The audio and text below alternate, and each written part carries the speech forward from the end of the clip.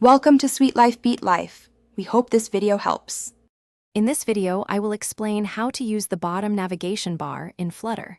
First, you'll need to add a bottom navigation bar widget to your scaffold. This widget requires a list of bottom navigation bar item S, each with an icon and a label. You'll also set an initial current index to determine which tab is active when your application starts. Remember to manage the state of this index.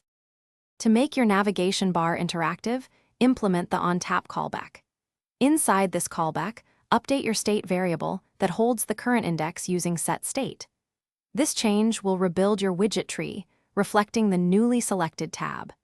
You can then use this current index to conditionally display different content widgets, ensuring a seamless user experience across your application's various sections. Flutter offers extensive customization options. You can adjust the background color, selected item color, and unselected item color to match your app's theme. Experiment with bottom navigation bar type. Fixed for a consistent look or bottom navigation bar type. Shifting for a dynamic effect where the selected item expands.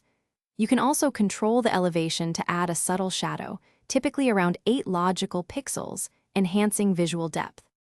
For robust applications, consider using a state management solution to handle your current index more efficiently, especially in larger projects.